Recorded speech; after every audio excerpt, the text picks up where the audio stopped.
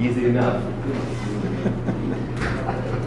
So I wanted to talk to you guys a little bit about some technology that's driving photographic creativity today, and that will be driving photographic creativity tomorrow. It's a huge field. You guys all have super high quality cameras in your pockets right now, and there's some incredible technologies that are being developed.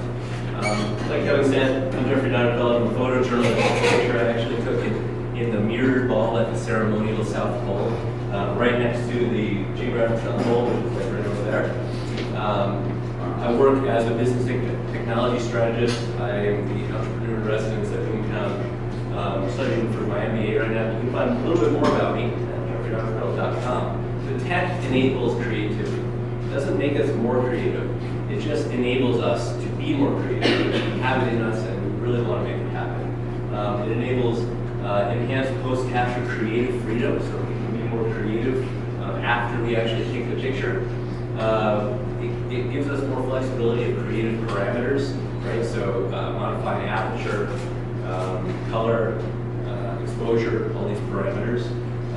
We get much higher quality, incredible, 100, 200 megapixel images. We get incredible sensitivity. With this little phone in my pocket, I can shoot in almost pitch black, and it'll do okay. And there's cameras out there that can record even better, as well as enhanced hardware flexibility. Once again, miniature cameras, all sorts of different forms of cameras, with cube cameras with magnets on them, et cetera, et cetera. First, I'm going to talk to you about sensor tech. We're going to talk about deep trench isolation on chips, as well as Plenoptic lens arrays. And I'm going to just briefly touch on Plenoptic lenses.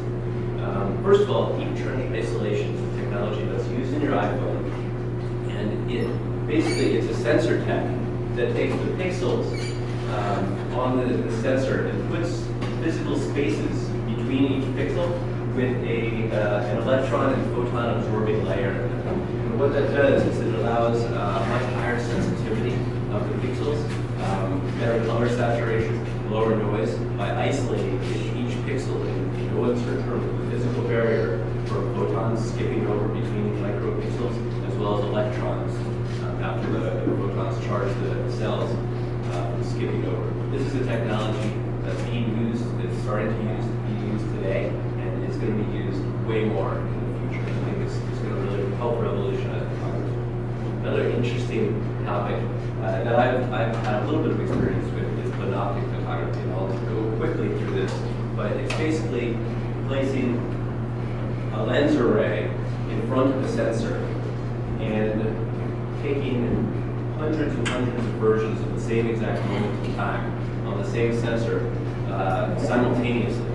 What this allows you to do, there's some micro lenses, what this allows you to do is take individual photons, right, individual pixels from all over the sensor, recombine them mathematically into a synthetic aperture and a synthetic film plane. So with this, you can take photos with one snap. You can take a photo that focused here, focused in foreground, middle, background, almost infinite focus.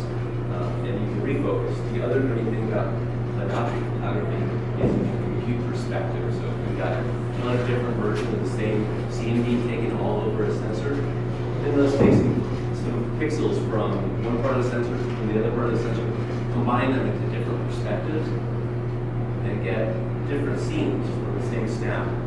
How about combining two different perspectives from the same snap into 3D photography?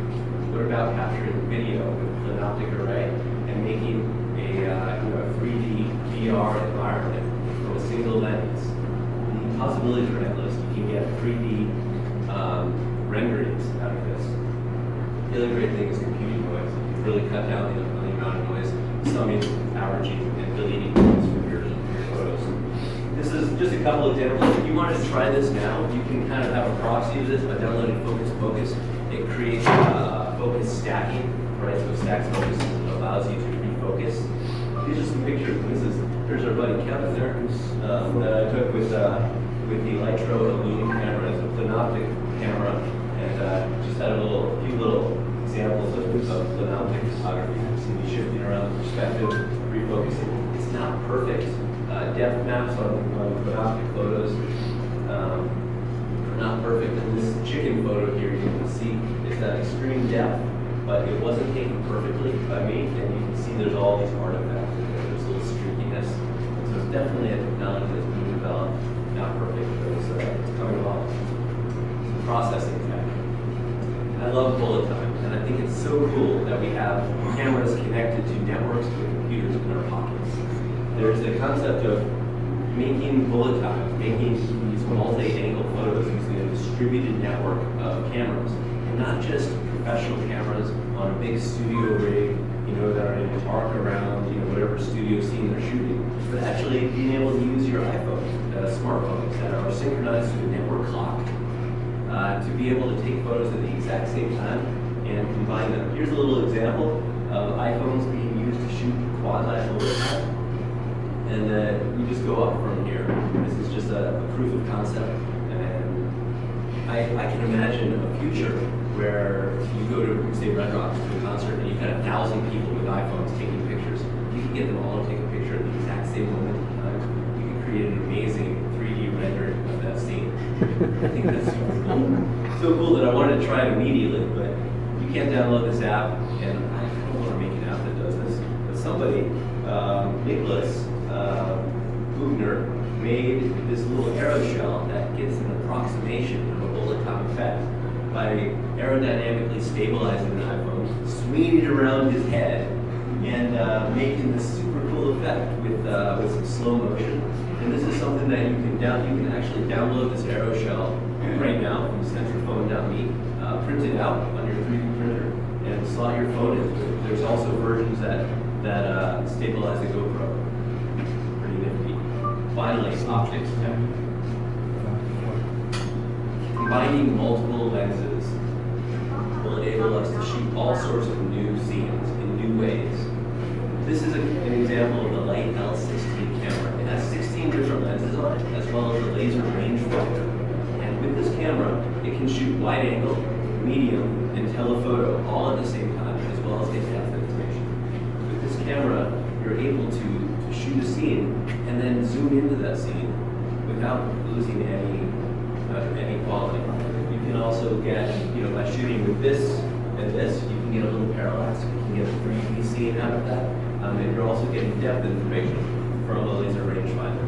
This is a camera that's revolutionizing multi-lens photography. I think it's going to do really interesting things. And it's certainly not the first try of this. This is something that looks like a big, expensive, complicated camera, and it is probably. I'm not sure how much it costs, but it looks like it's going to be expensive. This is something that's going to be in your pocket really, really soon. Here's the inside of the L16 camera, but here's a sensor module that has two cameras, a wide and a telephoto. That's about the size of the sensor module in the iPhone, but double wide. This is something that people are building right now. Apple has their lines on this too. This is a patent that Apple has using a combination of reflective and transmissive mirrors to combine light from two different lenses onto one sensor. Put a little lens array into that to split up the beams, and you've got two different lenses on one sensor, one snap. All the same snap, telephoto, medium, and wide. Finally, in my 1 minute that I have left here, I want to let you know that Kevin and I, we actually run a group called the Technology and Camera Creatives. This is stuff that we love to talk about. We get together for drinks, we share presentations like this, we fiddle around with interesting camera gear, and our next meetup is on June 1st. Contact me later, look us up on Meetup, Technology and Camera Creatives, and come find some new photography. So there you go. Thank you very much. I appreciate it.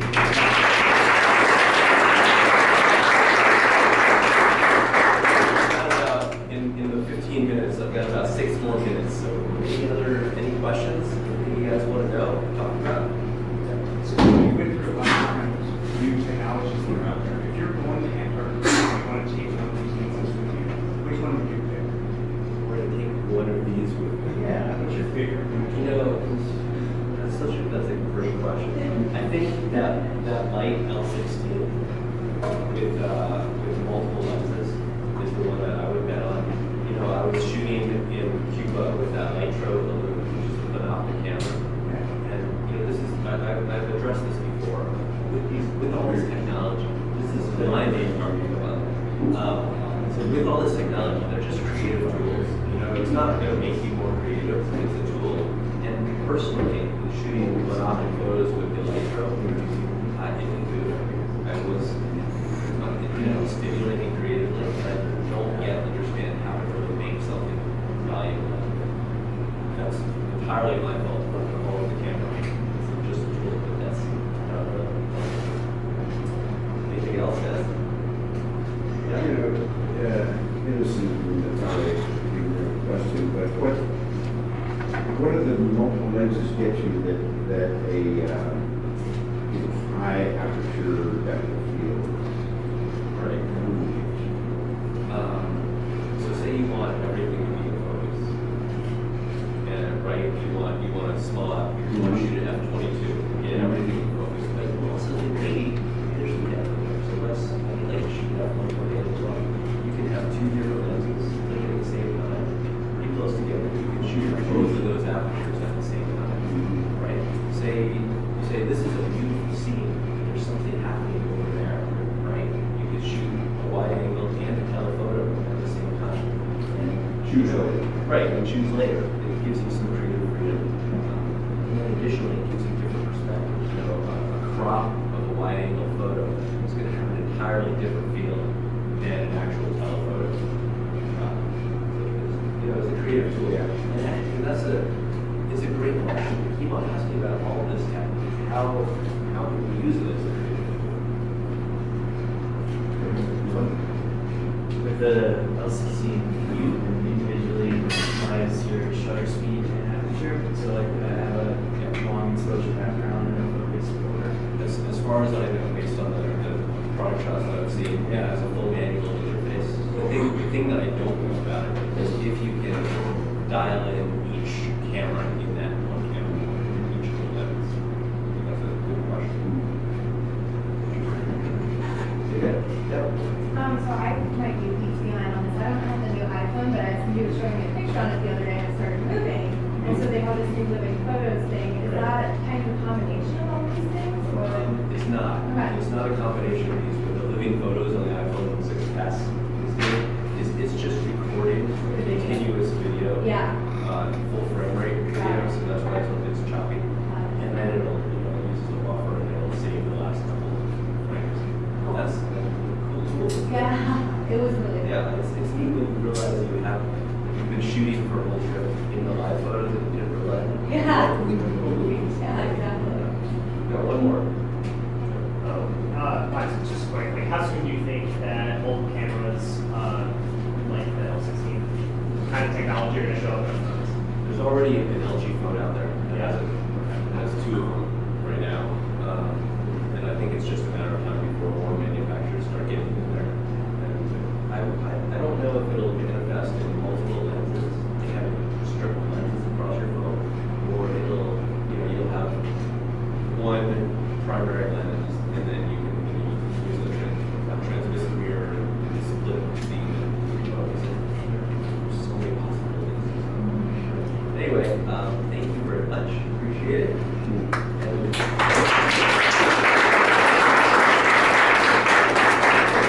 And now I'm back to monitoring. I'm presenting. You're Marianne. Ariane. Ariana. Heinz. Nice.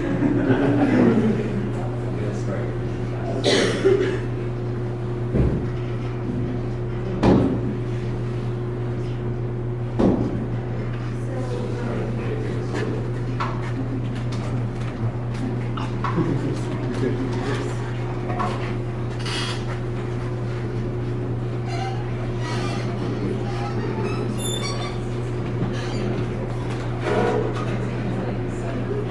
Okay. So thank you for the introduction. Your talk actually.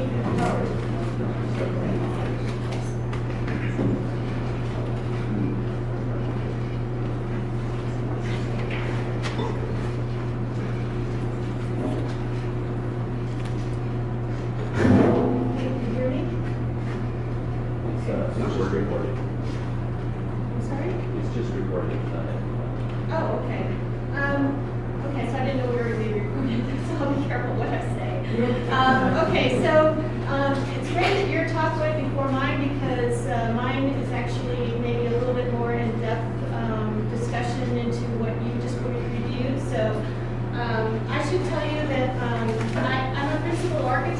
Cable Labs. Cable Labs is a nonprofit research organization for the cable industry. We're headquartered in Louisville. And I'll give you a little bit of background for me so that you know how to gauge your questions. I'm actually a video compression expert. I am not a photography expert. So ask questions about video compression, and I'm sure I'll be able to answer. So today I'm going to go over some of the work that's ongoing in MPEG and JPEG. It's a search for our data format for light fields and all things Plenoptic.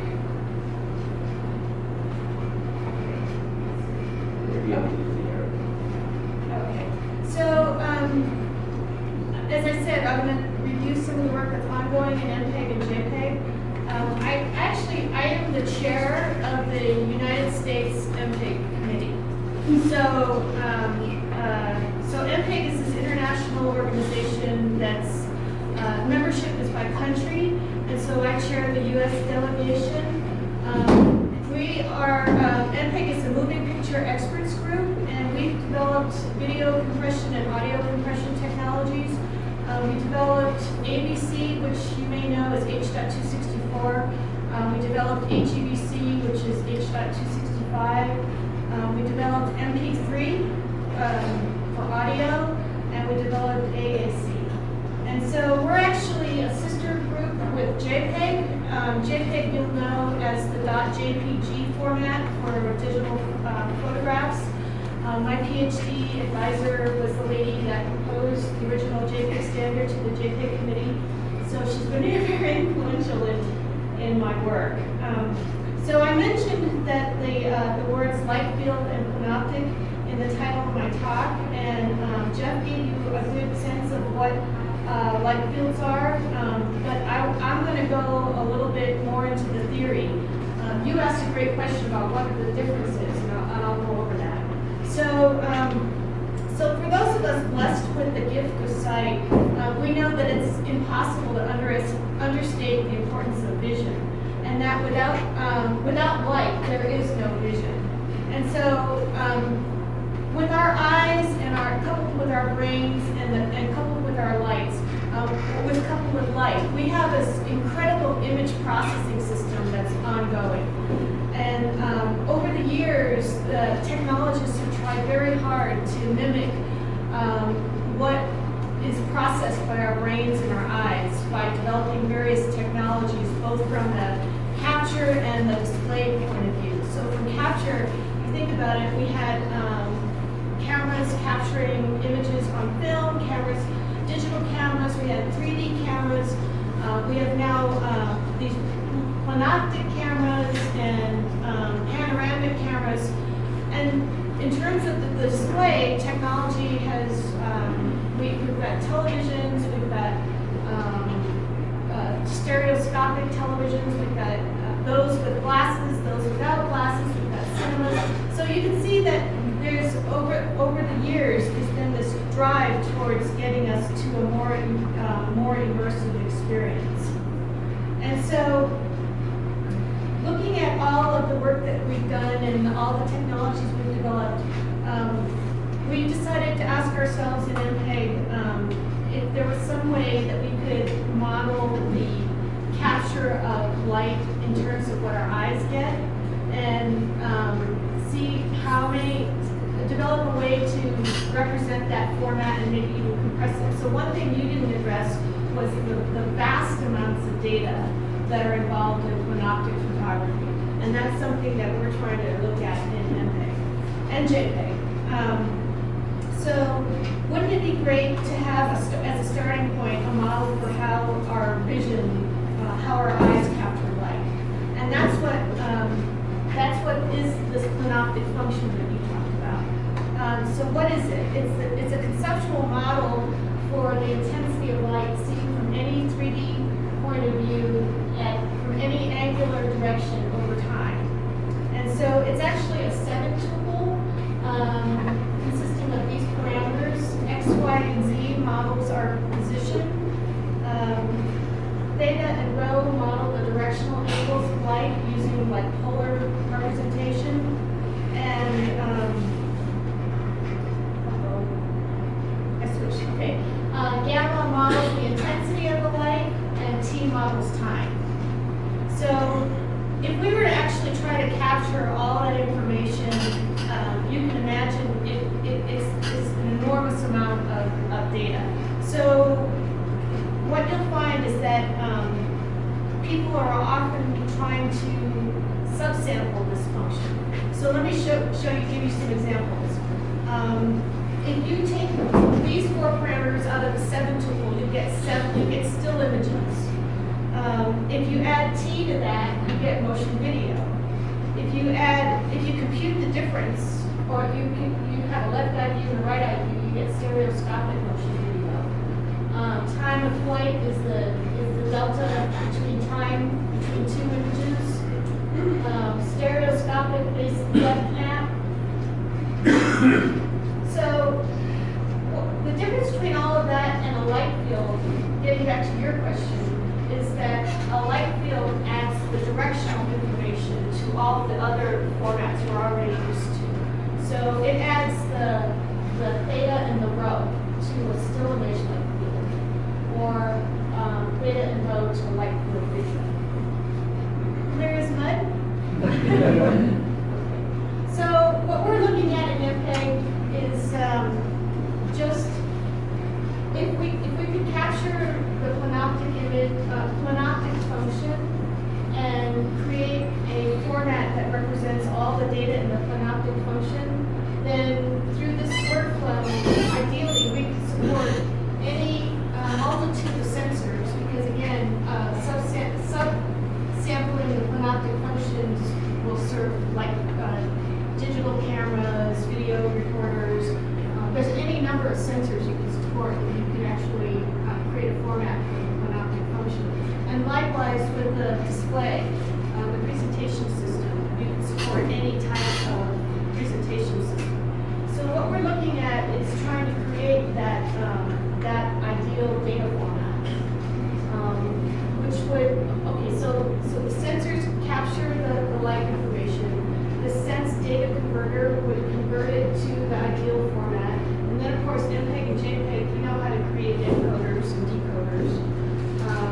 The renderer is a new module in this workflow. It doesn't necessarily, so renderer is the device that would choose the data from the decoder that is relevant to the presentation system. So in a light field display, it might choose all 7 parameters of the data, whereas a 2D television might just choose a subset of data. Okay, so we've got